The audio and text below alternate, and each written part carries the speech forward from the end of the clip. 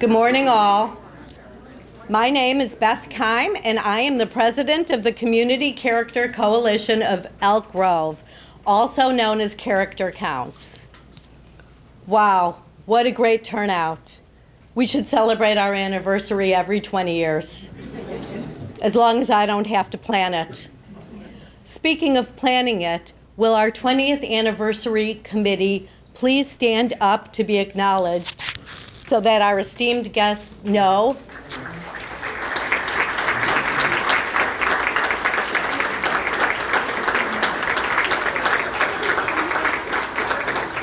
Thank you, and thank you to our esteemed guests. And now you know that not only are our 20th anniversary committee responsible citizens and great volunteers, but you also know that if they are planning a party, you'll know who to talk to. Thank you all for coming today to help us celebrate 20 years of promoting the 6 pillars of character: trustworthiness, respect, caring, responsibility, fairness, and good citizenship. A special thank you to Craig Impelman, our speaker today, and to the Director of Character Counts, Jason Lamping, who comes to us today from Drake University, which is the national headquarters for Character Counts. At the national headquarters, we have just been recognized as an exceptional Character Counts community, no pun intended, but that is their highest honor and designation for schools and communities with the best practices of character development through Character Counts. You'll hear more about that later in the program. We are truly so thrilled that you have all gotten up at the crack of dawn to help celebrate what's been well over a year of planning. Seated at each of your tables is a CCC member if you would like more information about our organization, or if you would like an application to join our organization. In addition, we have a piece of paper at each table with some pens if you'd like to share your email address with us. We're going to be launching our new website within the next few days, and when it's launched, we would love to be able to share that with you. We promise not to harass you on a daily basis.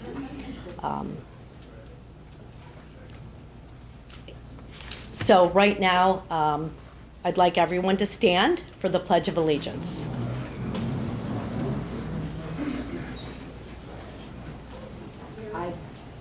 I pledge allegiance to the flag of the United States of America and to the republic for which it stands, one nation, under God, indivisible, with liberty and justice for all. And I'd like to call our member Ken Hoving up to lead us in a prayer.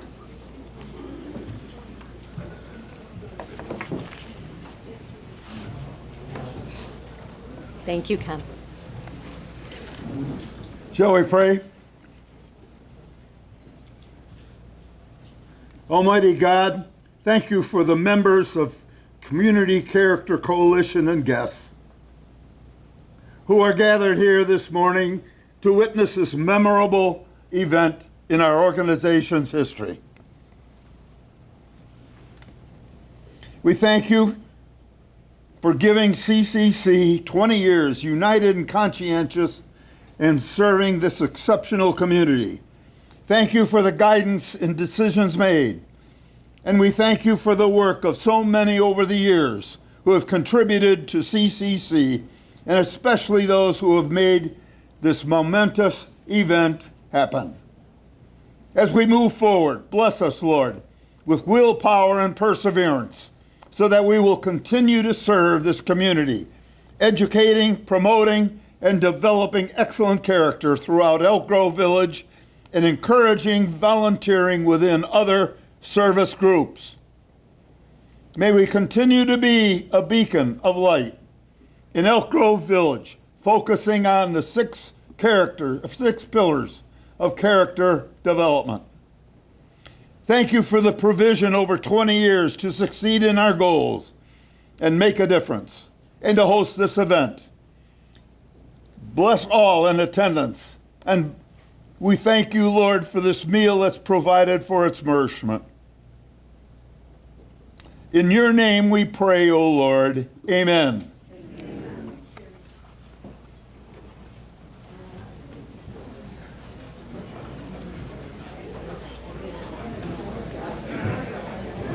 Thank you, Ken.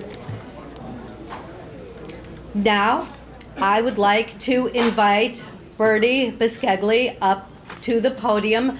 Bertie is not only one of the chair people for this 20th anniversary celebration, she's also an original member. So, thank you, Bertie.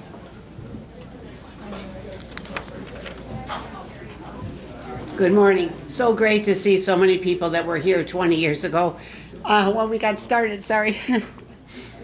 I just wanted to give you a little history. It was back in 2000, District 59 had sent Jane Patarella, Anna Casadas, and myself out to California for Character Counts training. When we returned, we created lessons and activities to incorporate the 6 pillars to teach the entire staff. That was all of our teachers, all of our students, all of the support staff, the bus drivers, and the cafeteria people. We trained everyone. We also sponsored presentations to all the PTOs so that we could include all of the parents and the families at home. Our goal was to have the 6 pillars become part of our everyday culture throughout our entire district. As the time went on, we wanted to also link character counts to the other facets of our community. Our government, our park district, the library, police and fire departments, churches and businesses, and other community organizations. Activities and presentations were created to include all factors of our community. And through our efforts, our Elk Grove community-based organization was being established.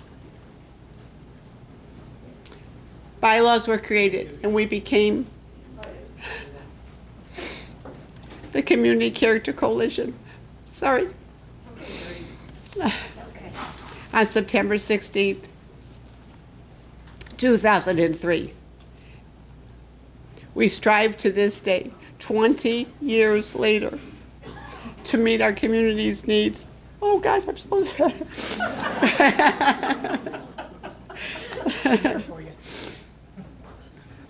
To meet our community's needs and to include every sector of our community to get this done. Our vision is to partner with the community and all of the facets in the community to celebrate and use the 6 pillars of community, of 6 pillars of character. We have an exceptional community here in Elk Grove, and we need to continue to grow and develop and to make sure that all the community needs are met, our our needs are met, and everyone that lives, works, and goes to school in Elk Grove. We need all of you to help us out, especially in these times. Thank you for joining us today. And I'm sorry for the tears. I'd like to introduce Dr. Ed Montoya.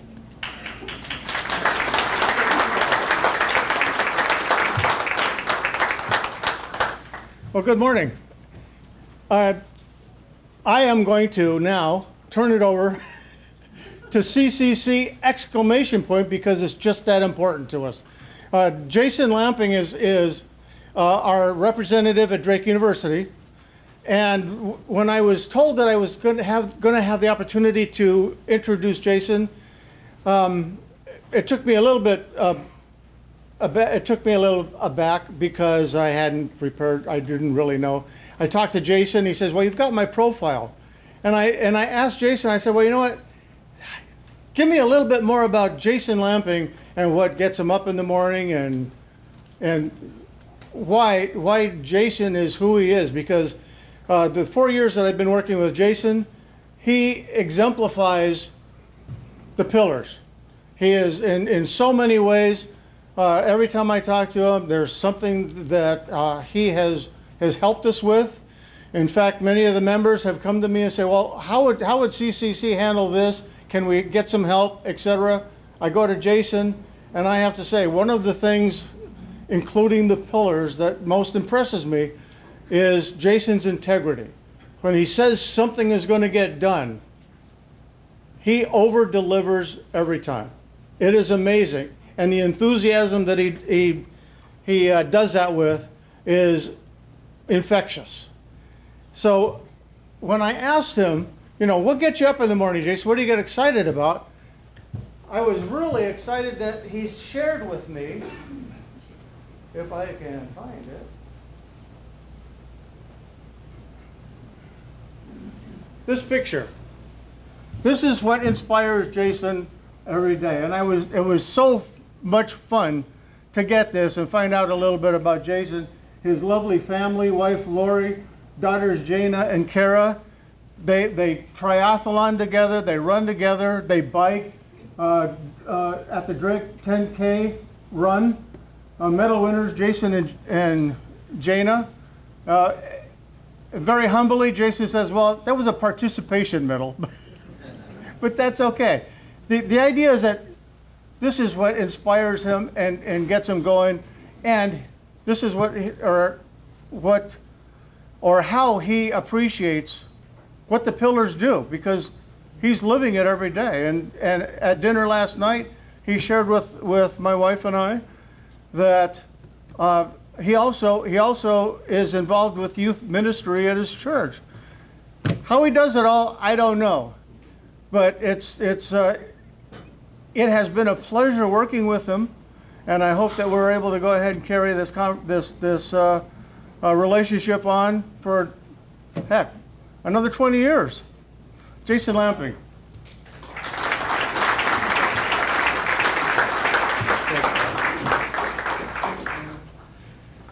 Well, that was a lot of nice comments. Ed, I don't know that they would be saying as nice of things about me, but that feels really good. I do love my family, and Bertie, you had me crying a little bit, and Ed has sent me photos of all, just hundreds of photos of all the amazing work you guys have done over 20 years.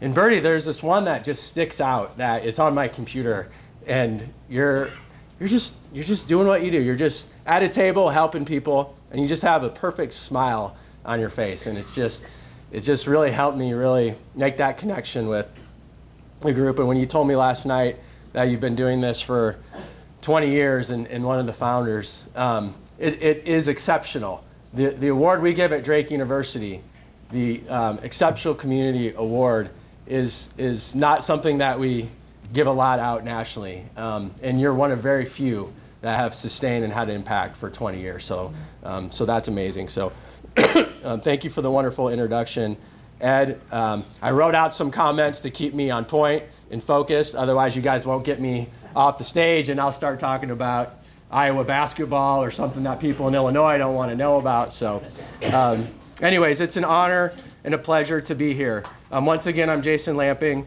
I'm with the Ray Center at Drake University in Des Moines, Iowa. We are the global home to Character Counts and other initiatives such as Pursuing Victory with Honor and Ethics in Policing, to name a few. They are all rooted in the 6 pillars of character. Collectively, we estimate reaching nearly 8 million educators and other community leaders, families, and youth across the world through this work. You all may be aware Character Counts was started over 30 years ago by Michael Josephson and the Josephson Institute of Ethics. A few years later, Character Counts was brought to Iowa by former Governor Robert Ray and our current Executive Director, Scott Racker. So about 25 years ago, Governor Ray and my boss, Scott, got together and they said, we want to bring character education to Iowa. We're going to go find the best framework, the best resources, the best program we can find to do that. And they found Michael Josephson and Character Counts, and they became the global center just covering the state of Iowa, just the boundaries of Iowa for 25 years. Over those years, our team trained hundreds of educators, hundreds of schools, community groups, Boys and Girls Clubs, YMCAs, on implementing character counts in the 6 pillars of character in their organizations. The global license transitioned to us because Michael Josephson retired. So with that longevity of serving Iowa, we had a really close relationship with Michael and the Josephson Institute team. And when he retired, he wanted it to be headquartered at Drake because we can invest in it. We offer new research in the field. We offer new resources. We provide training and new methodologies to really advance this framework that's been around for 33 years. We want to see it around for 33 more years because good character and the 6 pillars of character, it don't change. It don't matter if you're a kindergartner or if you're 85 years old. Trustworthiness, respect, responsibility, fairness, caring, and good citizenship still apply. So how can we keep that relevant? How can we make it even better and more impactful to have a positive impact on our world? We work with cities, schools, educators, community groups, coaches, students, and business across the country, and we recognize those groups through Drake. We run the Iowa Character Awards, but we're wanting to do a lot more national recognition, and this today is a perfect opportunity. So over the past several years, as Ed mentioned, I've had the great pleasure of working with the CCC group, and as you all know, they're just tremendous people. They've worked so hard to have a positive impact for over 20 years now. Using the 6 pillars as the foundation and model for good character is something that I believe strongly our society needs more of. Governor Ray was noted for saying the happiest people he knew were those that were serving others.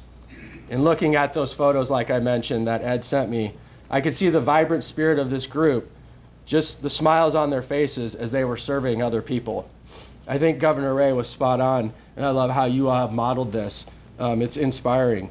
It's a joy to be here to recognize you all as an exemplary Character Counts community in Elk Grove, or I must say an exceptional Character Counts community.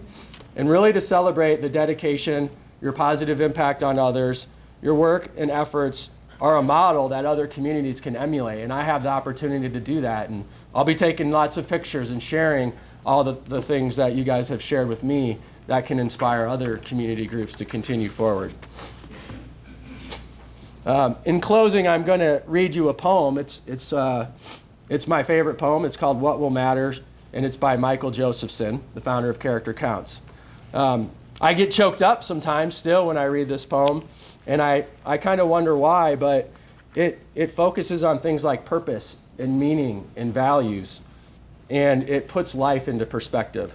So I'm going to give this my best shot, so bear with me, and then I'll be closing. That'll be my closing. I do want to mention too, I have copies of this and other resources and materials out at the table out there. We offer a lot of free resources for families, lesson plans for schools, students, coaches. If there's anything I can do or any way we could support any of your groups or organizations, that's what we do. That's part of our mission. So let me know, help yourself to some items. Check out our website with Robert D. and Billy Ray Center at Drake and charactercounts.org to get access to free materials or some of our other services as well. So with that, What Will Matter by Michael Josephson. Ready or not, someday it will come to an end. I can't even get through the first. There will be no more sunrises, no minutes, hours, or days. All things you collected, whether treasured or forgotten, will pass to someone else. Your wealth, fame, temporal power will shrivel to irrelevance. It will not matter what you owned or what you were owed. Your grudges, resentments, frustrations, and jealousies will all disappear. So too, your hopes, ambitions, plans, and to-do lists will expire. The wins and losses that seem so important will fade away. It won't matter where you came from, what side of the tracks you lived on in the end. It won't matter whether you were beautiful or brilliant. Even your gender and skin color will someday just be irrelevant. So what will matter? How will the value of your days be measured? What will matter is not what you bought, but what you built. Not what you got, but what you gave. What will matter is not your success, but your significance. What will matter is not what you learned, but what you taught others. What will matter is every act of integrity, compassion, courage, sacrifice that enriched, empowered, or encouraged others to emulate your example. What will matter is not your competence, but your character. What will matter is not how many people you knew, but how many will feel a lasting loss when you're gone. What will matter is not the memories, your memories, but memories of those who loved you. What will matter is how long you will be remembered and by whom and for what. Living a life that matters doesn't happen by accident. It's not a matter of circumstance, but of choice. Let's all choose to live a life that matters. Thank you so much.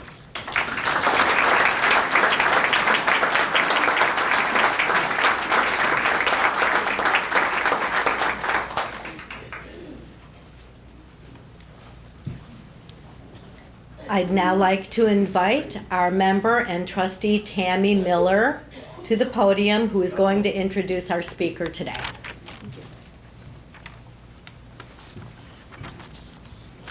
It is my pleasure and honor today to introduce our guest speaker for this morning. Craig Impelman is a member of the John Wooden family. He had 30 years of coaching youth basketball, 12 years of coaching college basketball, 20 years of leadership training in the business sector, and 7 years of research and authoring Wooden's Wisdom. Wooden's Wisdom is a weekly email which includes a lesson, a Coach Wooden video clip, poetry, and personal development. If you're not sure who John Wooden is or was, he was considered the best basketball coach in NCAA history. He won 10 NCAA championships in 12 years, 7 in a row. He was more than just a basketball coach, though. He spent his life reading about and studying great leaders such as Aristotle, Confucius, Shakespeare, and Lincoln. He spent 14 years developing the famed pyramid of success and made improvements over the remainder of his life. He shared his ideas and wisdom with renowned leadership professionals and coaches. He wrote 14 books, 12 after the age of 90. 2 of the most cherished of his many awards included the Presidential Medal of Freedom and Greatest Coach in the History of American Sports by Sporting News magazine. John Wooden's son, Jim, comments about Craig, "You're the best. I've always said that you're the one to pass on Dad's teaching and Dad's pyramid better than anyone. You have the quality and spirit that makes people of all ages listen. So glad that you want to do this because you're the one that should. You're a teacher." So without further ado, I present Craig Impelman.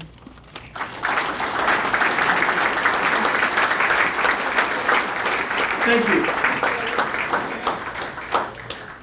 Well, I'm a crybaby in the first place. And we're probably not going to be able to get started for like 10 minutes because is it Birdie? Birdie, I was in tears. Literally, I was sitting there, and then followed up with Jason and the What Will Matters poem, just unbelievable. Now, I have my phone in my hand, but it's for a good reason. And when I was over there looking at my phone, I wasn't trying to doom scroll or look at something, right? My wife is John Wooden's granddaughter. And John Wooden was clear, concise, and compelling. Unfortunately for you folks, I'm not. So, my wife last night on the phone, of course, gave me the knock 'em dead speech, or whatever that looks like. But her final words to me were, "Now remember, honey, don't go over. Think about Papa." So I have a time limit, and so I got my phone here because I get carried away. So I'm gonna hit start, and I know the best thing about a speech is when it ends. So let's get rolling. I'm gonna do something. Let's have everybody stand up, please. Or I should say, would you be kind enough to stand up? Now, this is the part when I go hear somebody speak. I have to put my computer glasses on. I said this slideshow. When I go to hear somebody speak, you know what I really don't like is when they get up there, the big loudmouth gets up there and he says, "Good morning," and he makes you come back and say, "Good morning." And I'm like, hey, would this guy get on with his talk and quit doing all this cheerleading stuff? So I do something actually worse. And the ladies from the committee, we had a practice session last night. But when we talk about John Wooden, we're only starting with one thing, and that's attitude. And it's got to be positive. So I'm going to get you your first move. A lot of these moves I'm going to license you to teach to others. And if you don't like doing this, act like you do. Move a little distance so you don't elbow somebody in the head. I will demonstrate, first of all. I'm going to say positive, and you're going to go, attitude. Now, if you're really, really, really good, you're going to give me a jumping jack attitude, which means you're going to positive attitude. And if you're a little nervous about the jumping jack, I'm at least expecting an enthusiastic, positive attitude. And if you don't like this stuff, we'll get to John Wooden. Don't whine, don't complain, don't make excuses. So quit whining about it. It's out of your control, and do it. And if I get a half effort, we're going to do it over and over and over again. It'll be 45 minutes. Tim's going to go, I want my money back, son. You have these people doing positive attitude, 45 minutes. So are we ready? All right, okay. Positive attitude. That was so weak. I'm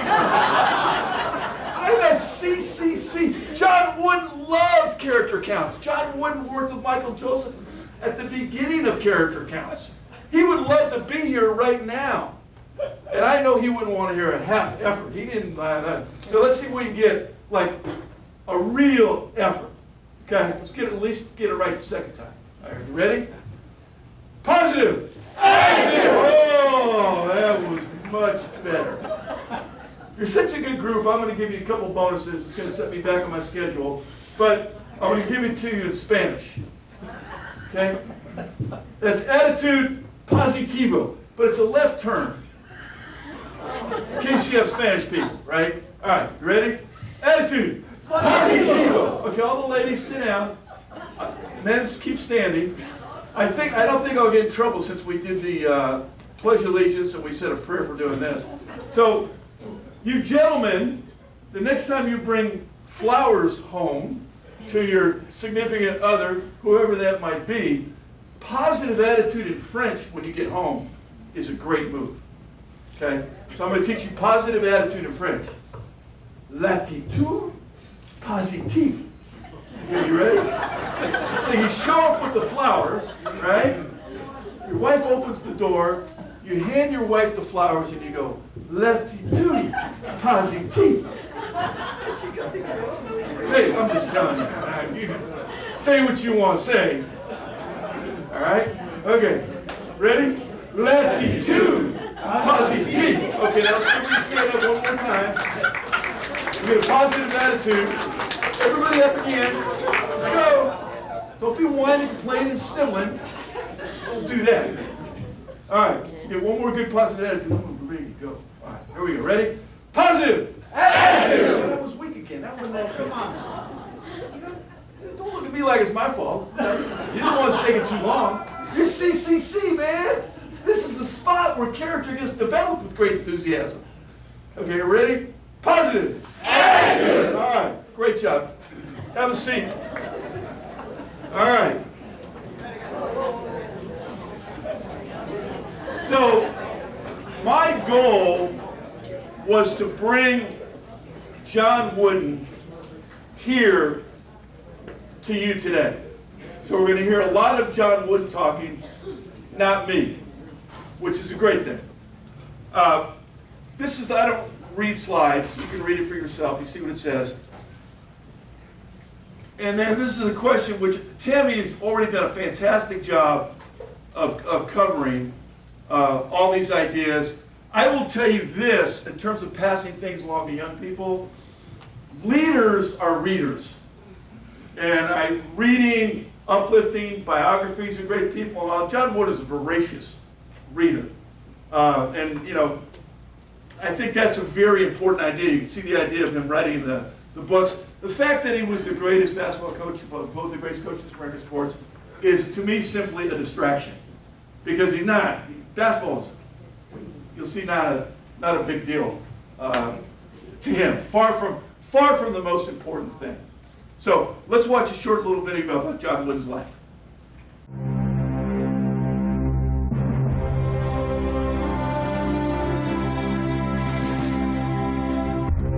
For John Wooden, a farm boy from Indiana, life was about hard work, discipline, and learning lessons.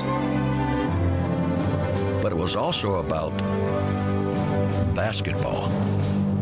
Young Johnny Wooden played the sport shooting into a hoop his father forged out of iron. He would go on to become a star player for Martinsville High School and three-time All-American for Purdue University, earning a spot in the Basketball Hall of Fame. Some might say Wooden's greatest chance came in 1932, when he was offered the opportunity to play professionally for the Boston Celtics. But John Wooden was on a different path. He decided to become a teacher. After coaching high school and college basketball in Indiana, in 1948 he accepted the challenge to coach the weakest team in the Pacific Conference, the UCLA Bruins. Under his leadership and through years of persistence, he would transform the Bruins into the most accomplished college team in history, with an undefeated 88-game winning streak, 10 NCAA championships in 12 years, and 885 victories with only 203 losses. Never before had any team achieved such victory, and never before had any one coach been so successful. John Wooden was the first person in history to be inducted into the Basketball Hall of Fame twice, first as a player and then as a coach. He was named Coach of the 20th Century by ESPN and awarded the Presidential Medal of Freedom, the highest level of honor the president can bestow on an American. But for John Wooden, success is not about medals or career wins. Success is about peace of mind, knowing you did your best to become the best that you are capable of becoming. As a coach, he never talked about winning and losing. Instead, he talked about character, being considerate of others, and personal preparation. Somehow, with all his victories and awards, John Wooden has never forgotten the life lessons he learned as a boy on the farm, and over the years has passed these lessons on to his players and other people preparing in life who have a chance to listen.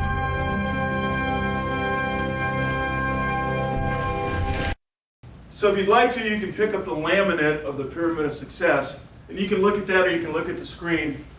We're not going to get into a lot of detail about it yet, but you have this little laminate right here. You grab it because we're going to refer to it a little bit later on. Super brief overview. The most important part of this piece of paper is up here in the corner, which is John Wooden's definition of success. So let's talk about, or let's hear from Coach Wooden about that. You know, as we think about your teams at UCLA as well as the other places you've coached, many would say, of course, you've been very successful, but you have a little bit different definition of success than I think others do. Will you tell us about that? Well, I go back to my dad and trying to coin my own definition of success, which I did in 1934. I was unhappy with the way many parents judged the success of their youngster or the teacher in my English classes. If they didn't make an A or a B, some parents would make the youngster or the teacher feel that they had failed, and I didn't like that. And I noticed most parents, if the neighbor's children got a C, the average grade, that was all right, because neighbor's children are all very average. But for their own, no, they didn't like that. I didn't like that way of judging, and I wanted to come up with something, a definition of my own. And there are two or three things entered into it. My father, in teaching, as I'm on what I'm over, never tried to be better than someone else. Never tried to be better than someone else. You have no control over that. But never cease trying to be the best you can be and learn from others. And then I ran across a very simple verse that said, "At God's footstool to confess, a poor soul knelt and bowed his head. I failed," he cried. "The Master said, thou didst thy best. That is success." And I believe that is true. And then I recalled a class discussion of success, which I'd been in a number of years before. And from those, I coined my own definition of success. Success is peace of mind, attained only through self-satisfaction in knowing you made the effort to do the best of which you're capable, and you're the only one that will know that. I have a book for children out with another fellow called Inch and Miles. Now, for children, I define success a little differently. I define it as happiness in your heart in knowing you tried your best. Now, my daughter, who's over 70, said, "Dad, I understand that a little better now. I never did understand that peace of mind business, but happiness in your heart, I do." So there's four parts to this definition. The first part is peace of mind. That's how he defined it. The second part is self-satisfaction. The third part is effort. Oh boy, Coach, like the effort, like you did on the second positive attitude. Give me the effort. And then the last part of it is capability. These are all things that Coach knew that he could control. So his being successful was not based on what you thought about him or good, bad, or indifferent, or things he couldn't control. And that's a really key point. We have what we call the three-part plan, the Wooden plan, because they tell me, you know, Coach Wooden's old, Imp, you got to make it like for the kids, like because it's more modern. Well, they like apps, right? So we call it the John Wooden app, and there's three parts to it. Okay, attitude, plan, performance. So when I say attitude, you know, now you don't have to stand up. You know, I'm nervous, although I know you'd like to. When I say positive, you say attitude. You know what you think we're doing no hands at? I say positive attitude. A couple people didn't put their hands up. Now see, some folks are getting mad. They're getting mad at me. Oh man, just come on and all that. Okay, man, tell the guy next to you, put his hands up. Positive attitude. That was good. I think we had 100%. All right, so what Coach Wooden got on attitude, he learned from his dad, okay, on the farm. This is my favorite John Wooden video clip. This guy asked me a great question. Oh, by the way, I got to watch my clock. In that interview that you saw previously, that was Chick-fil-A bringing everybody from all over the country into LA to work with John Wooden. Anybody want to take a guess how old John Wooden was in that video clip? How old do you think he was? 96 years old when he was talking. So, good run. Okay, let's hear Coach on what he learned from his father. What would you say would be one of the most important things that your father taught you? I think that possibly is never try to be better than somebody else. Always understand that you'll never know a thing that you don't learn from someone else, but never try to be better than somebody else, but never cease trying to be the best you could be. Yeah, I can remember you saying that that's under your control. The other isn't. And if you get too engrossed, involved, and concerned in regard to things that you have no control, it'll have a negative effect on the things over which you have or should have control. So one of the big things here that's applicable to young people, Jason and I were talking about this last night, John Wooden eliminated the comparison culture. Right? It's not even a conversation. That's a great lesson to teach young people. And we eliminate the comparison culture and we replace it with having our emphasis on making our best better every day. That's our focus. We don't care about what the other guy's doing. Okay? And when we do that, remember we had capability at the bottom? This definition of success is a lot tougher. It's not just showing up and trying hard. That's not what it is. It's improving your capability every day, right? And that's the genius of John Wooden. The other part about this approach is it makes the competition, instead of whining and complaining about the competition or whatever advantages they have or being jealous, it makes the competition a learning resource for best practices. Right? Somebody's doing something great. Hey, how'd they do that? Now, John Wooden's dad gave him 2 sets of threes. The first, never lie, never cheat, never steal. The second, don't whine, don't complain, don't make excuses. Period. Learn that on the farm. Now, that for me was a little bit long, so we had to make it into one word. We call it no sniveling. A sniveler is a whiner, a complainer. It's too hot, it's too cold, it's the teacher's fault, it's my parents' fault. At this point, I need a lady to volunteer from the group to come up on a stage and help me out. And you should be somebody that's very loud and really likes to yell at their husband and get after it. That's me. Come on up. Anytime I can yell at my husband. Beautiful. Up on stage, and you're going to want to grab a microphone so they can hear you in the back. And you're going to stand, well, Excuse me. you can stand here. Come around. I'll figure it out. Okay, so we have what we call player number 1 and player number 2, or husband number 1 and husband number 2. And so player number 1 is the bad husband. So that you don't get confused, I'll wear my visor around my neck. This is the bad husband. So I'm going to be driving home from work, first of all, in my car. And then once I get home, this basketball is the trash. And you're going to ask me to take out the trash. And I might have some things to say, and you can come back at me, you can say anything you want. Doesn't matter. I'll get us going. You're just going to ask us to take out the trash.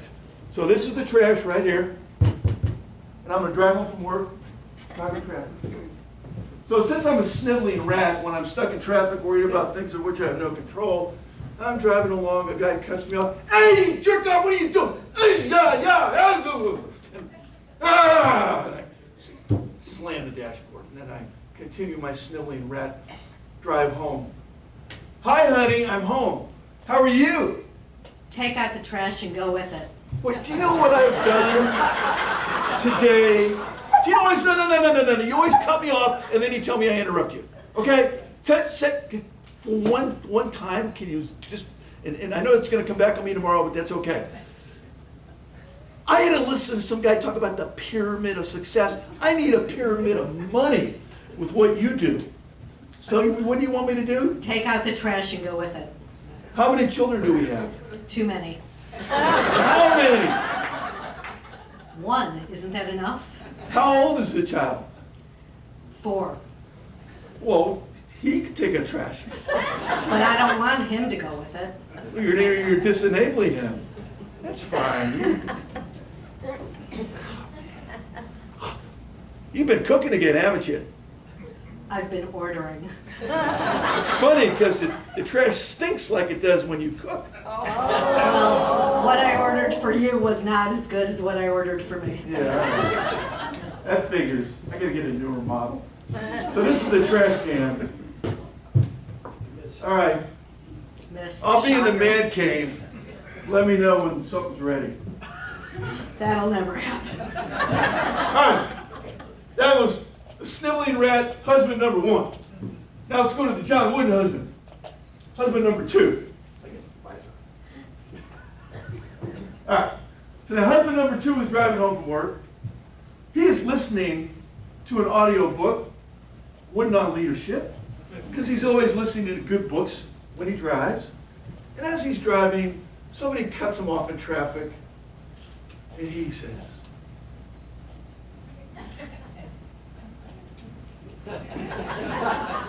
he continues home. I have to roll the trash back to you, honey. I'm not home yet. Now, when I drive home, I always park about a block away from my house to do my happy face check. I take the mirror down, look at myself, make sure I can smile. Now I'm ready to go home and see my lovely wife. Hi, Eddie, I'm home. You know what? So great to be home. Before I get a chance to hear about your day, that trash looks like it's full. Can I take it out? Yes, but why didn't you do that this morning before you I left? should have thought about that. My fault, bad pass. When I take the trash out, I take the trash out with my left hand. And you know why? It's pretty obvious, I'm right-handed. We only get better through working on our weaknesses. I still like to play a little bit of basketball. I like to do a little change of pace, change of direction, go in the trash can, and then do a little defensive sliding with the trash with the ball flip. And then my wife and I have a very balanced life. We go to date night every Friday night. We do a little dancing. So I always like to work on my moonwalk when I'm taking the trash out, so I'm ready for Friday night. And then when I get to the trash can, this is dangerous, don't try it at home. I take the trash behind the back. Single, oh, baby. Yeah. And then I slam dunk, reverse dunk the trash. Honey, why don't you sit down, relax, let me get you a glass of wine and tell me about your day. Do I have to? All right. and I forgot your name, and you're the charge of the whole thing. And this is the problem with our marriage. That's pretty good. So tell me your name again. Do I have to? Beth. Beth. But you can call me Cinderella. All right, warm them up, warm your hands up, warm your hands up, warm them up. Let's give Beth 3 claps on 3. Ready? 1, 2, 3. All right, Beth, thank you. Great job. Awesome. Thank you. My pleasure. So, this whole thing about not talking about winning and all that, John Wooden's very competitive. And basketball records, you can read what's up there in terms of his accomplishments as a basketball coach, right? Pretty amazing. Coached 10 national championship games. His teams won all 10 of those games, high pressure situations with 4 different groups of players. So I'm like, how did he do that? So Tim Tosopoulos, who's the retiring CEO of Chick-fil-A, is going to ask John Wooden about how his definition of success fit in with his coaching style. Here we go. So how did that actually impact the way you communicated to your players about winning and about the competition? Did you talk about winning a lot? I don't think you can find any players that tell me they ever heard me mention winning. I wanted winning to be the byproduct of the preparation, and failure to prepare is preparing to fail. And I wanted them to always have that satisfaction within themselves, that peace of mind within themselves, to know that they'd made the effort to execute near their own particular level of competency. Not trying to be better than someone else, but trying to be the best that you could be. One of my players, who was a very interesting person, some of you I'm sure have heard of, Bill Walton.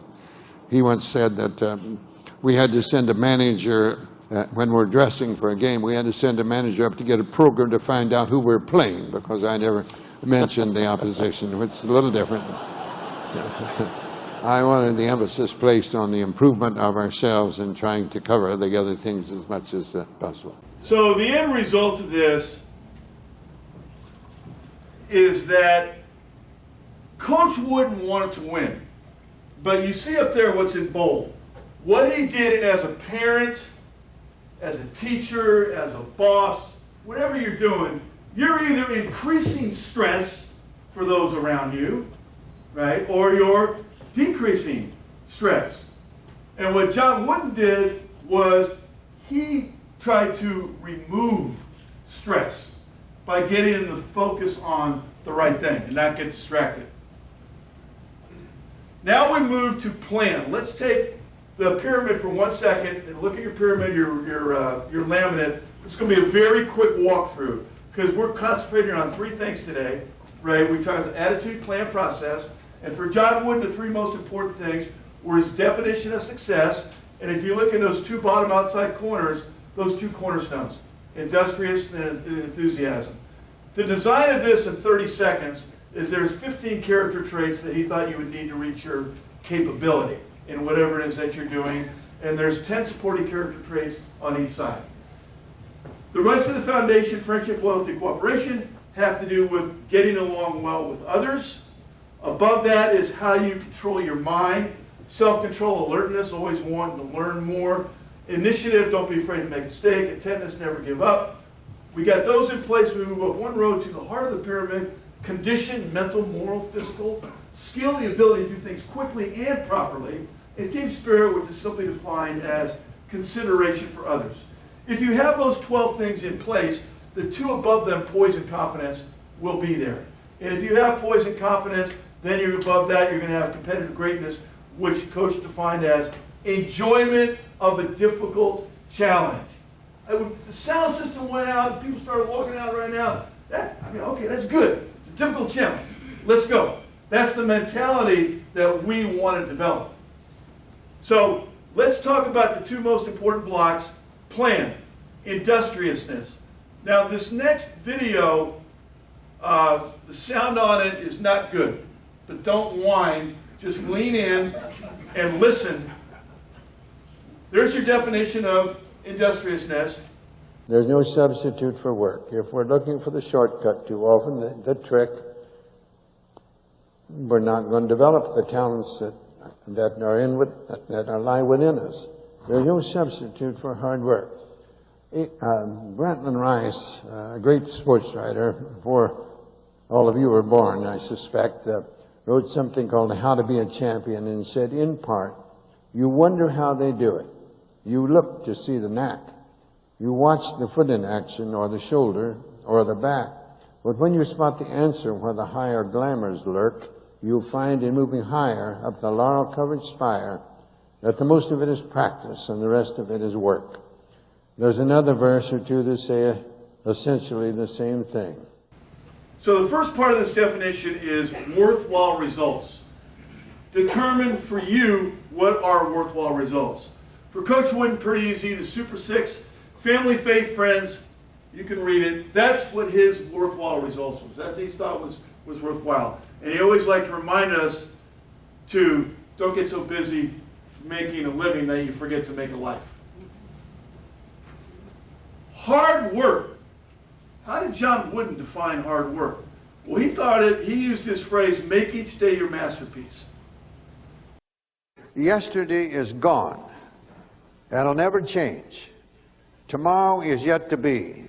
How can you affect tomorrow? By today. That's the only possible way. I tried to use that, and I believe I can say this with complete honesty. I tried to get each player to make each day his masterpiece. And I on some occasions, to certain individuals, I would talk about, you just got to put the past out of your, good or bad, it's got past, it'll never change. And the only way you can affect the future is what you do today. Vivian Larimore said, I've shut the door on yesterday, its sorrows and mistakes. I've locked within its gloomy walls past failures and heartaches. And now I throw the key away to seek another room and furnish it with hopes and smiles and every springtime bloom. No thought shall enter this abode that has a hint of pain, and men, envy, malice, and distrust will never entrance gain. I've shut the door on yesterday and thrown the key away. Tomorrow holds no fears for me, for I have found today. Coach was not much interested in procrastination. He certainly didn't like the idea of what's highlighted. Coach, let's talk about that idea.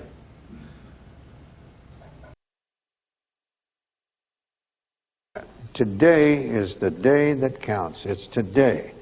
Don't put it off. Today. You can't, I believe, it was brought up somewhat, I believe, maybe by Lynn, that I said, well, I'll work twice as hard tomorrow. If you're capable of working twice as hard tomorrow, what's wrong with today? Why can't you work twice as hard today? I wouldn't buy that excuse at all. Careful planning. So this is John Wooden's daily schedule when he coached basketball at UCLA. That's how well he planned out for his priorities.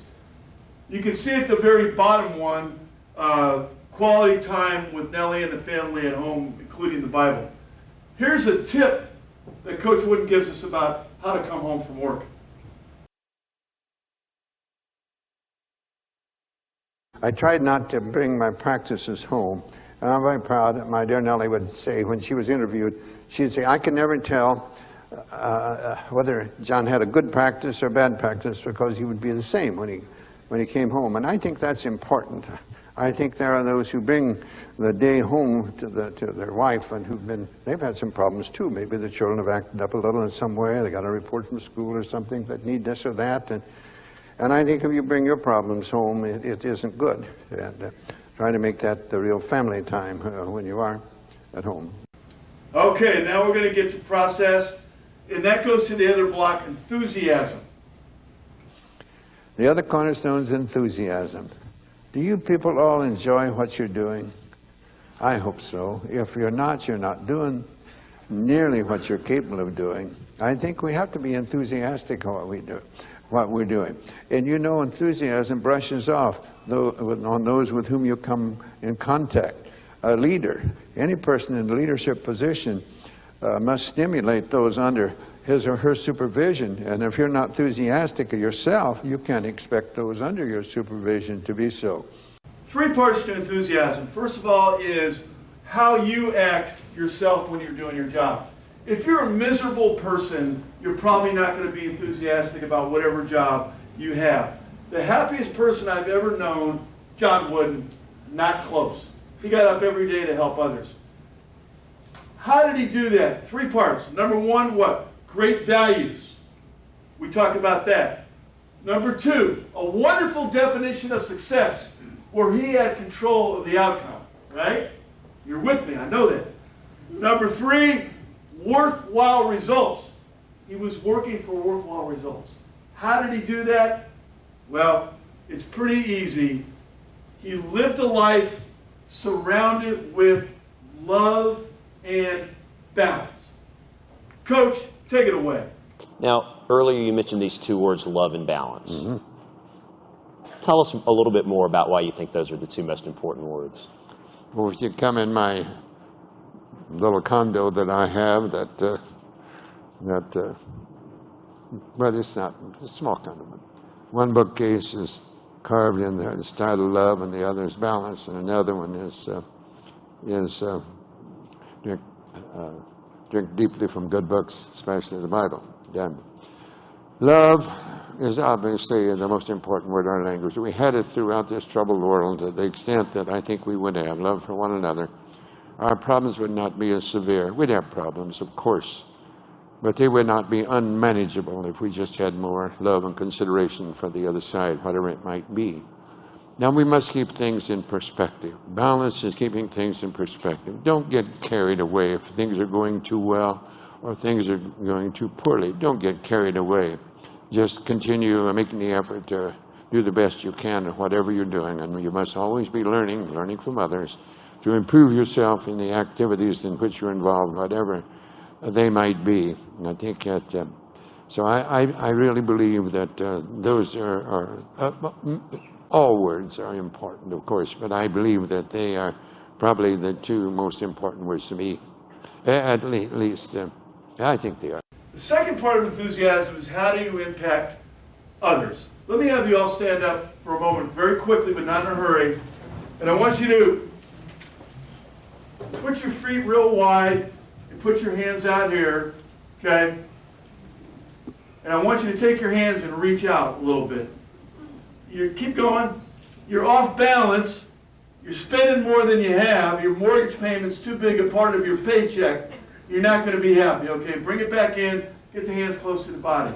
Now, you got those feet spread out too far. You're off balance. You've overcommitted and underdelivered. You're telling everybody around what you're going to do for them, but you don't have time to do it. Bring your feet close together. Go. You're not involved in character counts. You're not out in the community helping. You're only thinking about yourself and playing golf. You're off what? Off what? Off balance. Now get your feet about as wide as your shoulders, right? You're helping others. You do what you say you're going to do. You're like Jason. You got integrity. You deliver on what you're doing. False modesty is as bad as false pride. That's great for Coach Wooden, Jason, so quit shaking your head. The next part is, and here's the Johnny Wooden part, okay? Well, it's all John Wooden. Get your hands right here. And now when I say go, make your joints tight. Tight! Make your joints tight. Stay tight. Just stay like that. This is when you get angry. This is when you worry about things you can't control. You're off balance. You're tense. You're stressed. You can't perform. Got it? So, what do we have to do? Follow all the rules we already told you, or Coach told you. Now come back here, get your arms here. Okay, shake it a little bit. Get loose. Let me stay loose, baby. Come on, yeah. Shake it up a little bit. Yeah, shake it up. The joints, like, stay loose. Okay? So if we're going to be on balance in life, we got to do what? Stay what? Loose. Stay loose. Let's give ourselves 3 claps on 3. Ready? 1, 2, 3. Thank you, Coach Wood. So, how do you impact others? Well, I can tell you this, that telling stories about yourself or bragging does not make a good boss. 2 great qualities to infuse others with enthusiasm is a sense of humor with humility. Let's have Coach Wood give us a wonderful example. You're going to love this clip. Great story. Coach? Great. Now, I understand there's a story about a statue in your hometown. Yes, there's a statue, a life-size statue in the gymnasium in my hometown, which is named for me. And The trouble of it is, when they delivered the statue, the head broke off. I don't know whether that was a sign or not, but anyway, the sculptor, they couldn't get in touch with him, and they had another one do it, and they sent a picture to him, and he made the head of the picture. The problem is that it wasn't my picture that they sent. My children don't like it at all, and I say, be quiet, it's better looking than I am. Now, the next part 3 of enthusiasm, is how do you respond to when other people aren't nice to you? Do you go in the tank, right? Let's hear John Wooden talk about this idea. It's all back to balance and perspective. Coach Wooden, you are the best. I'm so glad that you came to Elk Grove Village. I think if you want those under your supervision to execute at whatever they're doing near their own particular level of competency, not trying to be better than somebody else, but trying to be the best of which they're capable, I think they want, everybody likes praise, you know. I used to tell you fellas at the beginning of that, now during a season, some of you are going to get criticism that you don't deserve, and you're going to get criticism that you deserve, but you're not going to like either one of it. But you're also going to get praise sometimes that you really don't deserve, and you're going to get it that you do, and you're going to like both of those. But your strength as a person, as an individual, will be the way you react to both praise and criticism. You overreact to either one, it'll have a negative effect, not a positive one. Jason, I need you to get up here quick on a run. Quick and in a hurry. Stand over there. I know you're a basketball player, you're an athlete. Player number 1, player number 2. It's called My Fault, Bad Pass. Our software companies that we work with think this is the best thing ever. So Jason, here's the deal. I know you can catch the basketball. You're going to hold your hands up. I'm going to throw you a pass, and you're going to drop the ball. So just let it hit the thing, and I'm player number 1, right? All right. You got it? What's wrong with you, man? Can't you catch the ball? What is, you're a joke. Where'd you get this guy from? Nobody win with talent like this? Unbelievable. Okay. Player number 2. Now you're going to kiss it. You're going to drop the ball again. Drop it again? Yes, sir. All right. My fault, bad pass. It's all right, no problem. I'll get you next time. All right, sounds good. And then the last thing is, let me get, I'm just going to grab somebody because I don't have time to ask for volunteers. Don't tell my wife. Would you come up here, please? You're probably the wrong person to take because you look like you're probably pretty good. You have to pretend like you're not good. So, now Jason, you and I are going to play catch real quick, okay? And then you're going to get in the game, too, okay? But I want you to catch the ball. So you're going to steal it? No, just I'm just going to pass. I just want to get a little rhythm. Okay, you can put a little something on it. I think we're both. Oh, my fault, bad pass.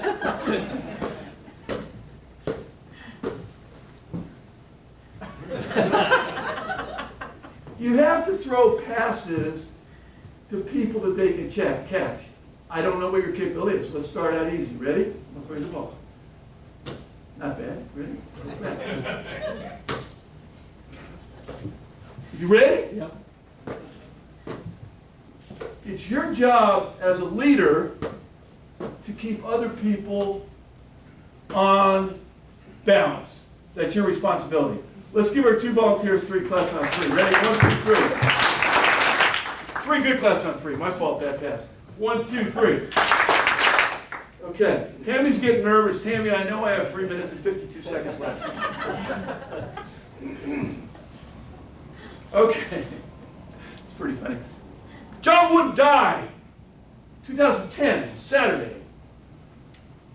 UCLA Medical Center last week. Thursday, he stopped talking. Just kind of laying there. Preacher Dudley Rutherford came in his hospital room and said, Coach, are you there?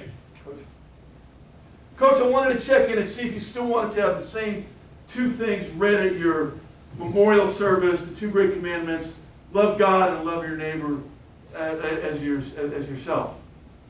And Coach nodded his head. And Dudley said, Coach, are these things that you think you've done in your life? And Coach said, working on it. And Dudley said, "What are you working on right now, Coach?" He looked up and smiled and he said, "Loving God." So this idea of working on it is the example that Coach Wooden set for us all. I'm going to give you a real quick wrap up on some resources that you have as a takeaway. I will stay afterwards. I'll be here till whenever. But we have three things. You're going to get free access to the Wooden's Wisdom Leadership Library. You're going to be able to get a free subscription to Wooden's Wisdom Weekly. I'm not trying to sell you anything. I just like to help people. And you're also going to get any complimentary coaching session with me. You can call me and learn how to use the library. Okay?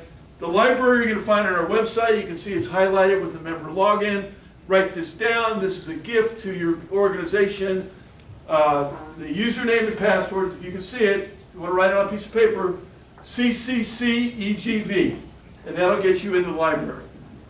In the library, there's newsletters, there's PowerPoints, there's habits, there's also, if you're more interested, it's an unbelievable list of tools that you can use with your teams, with your children, with your grandchildren, and it's all there. It's free. Why do I do it? Because I like to help people, and I like to take what I learned from John Wooden and share it with other people. Okay? So at this point in time, let's wrap it up. We're going to have everybody stand up. Minute 17, Tammy. Now, I used to make people actually, if you can believe it, get in a big huddle at the end. My son said, "Dad, you can't be having people get all sweaty and greasy." So he came up with what we call jazzy hands. So everyone get your hands jazzy. We call these jazzy hands. So I'm going to say 1, 2, 3, and we're going to say team spirit. Team spirit means consideration from others. Help somebody every day. Okay, here we go. Make it good, otherwise I'm not my guy, Tammy. 40 seconds. All right, here we go. 1, 2, 3. Team spirit. Those were horrible claps. Ready? Ready? Don't be whining. I heard somebody over here whine. Whine. All right, here we go. Ready? 1, 2, 3. Team spirit. Still weak. Give me a good one. I'm at CCC. I'm in the house with the best group of people in the world, out helping people every day. I don't know who was more considerate than others in character counts. Goodness gracious sakes alive. Coach, you're going to hear this one. Okay, on 3, it's a team spirit. Ready? 1, 2, 3. Team spirit! Thank you for having me. I'm out.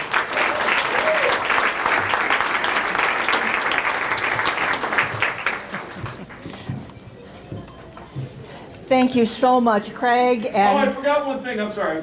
It's okay. There's a piece of paper from me at the table. And if you want to do a quick evaluation, that's fine. Yeah, it's great. But if you want to get the weekly Wooden's Wisdom, you just need to write your name and your email on it, and then leave the piece of paper on the table. Okay. And you'll get a free subscription to it, no strings attached.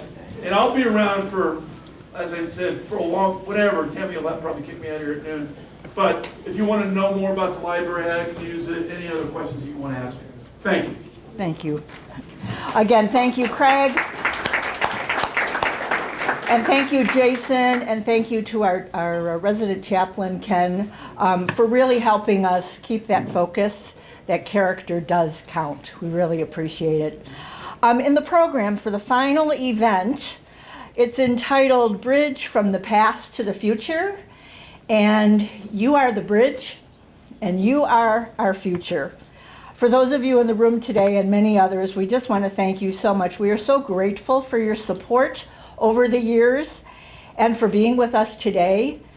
And moving forward, as this organization begins to plan now for our next 20 years, hopefully, of work in this community, we hope that each and every one of you will be with us on that journey.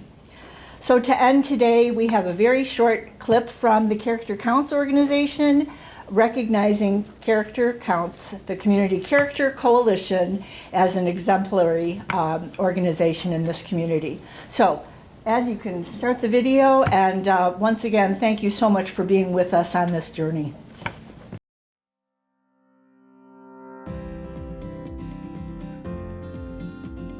Greetings. I'm Scott Racker, Executive Director of the Robert D. and Billy Ray Center at Drake University, where we're proud to be the global home for Character Counts.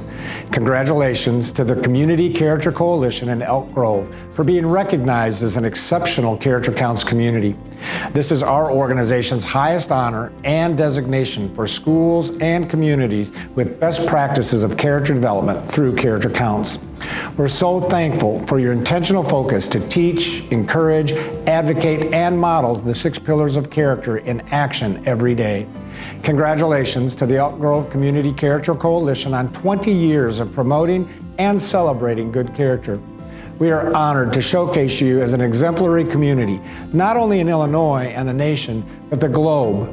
We serve over 8 million youth with Character Counts, and your efforts will now be showcased and recognized across the world. We thank you for your partnership and the efforts you do every day, and encourage you to keep up the great work as you transform lives and strengthen your community with Character Counts. Congratulations.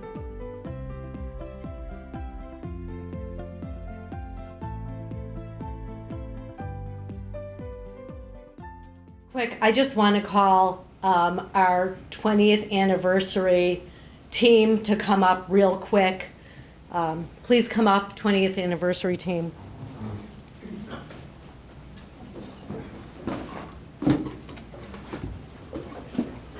We have been working so hard, you guys. Oh no, that's not for you. You get something better. No offense. Birdie and Karen have been chairing this for the last, year and a half? Thank you, Tiffany. Thank you, Ed. Marge. Tammy. Team. Carolyn.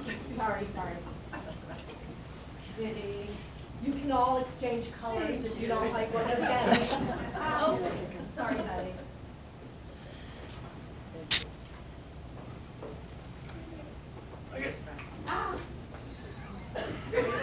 I got Jason's camera, so we'll give you a big I'm so spot. sorry. Move in. I know you get nervous, Tammy, thinking I might do positive. I won't. Oh, I really want. Go team on that side. Don't worry about the other guy. Karen. Bernie. You guys, I mean, Oh, seriously. you're getting real pictures. Thank you so much. Thank you.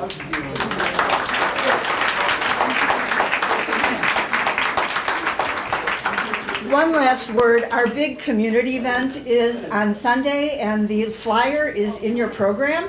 We hope to have many families here to engage in character pillar activities, and all of the things that we make on Sunday will be donated to nonprofits in the Elk Grove area. So please, bring the grandkids, bring your kids, come yourself. Hope to see you on Sunday. Thank you.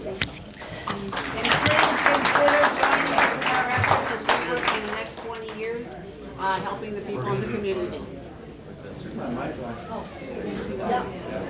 We can do it over here.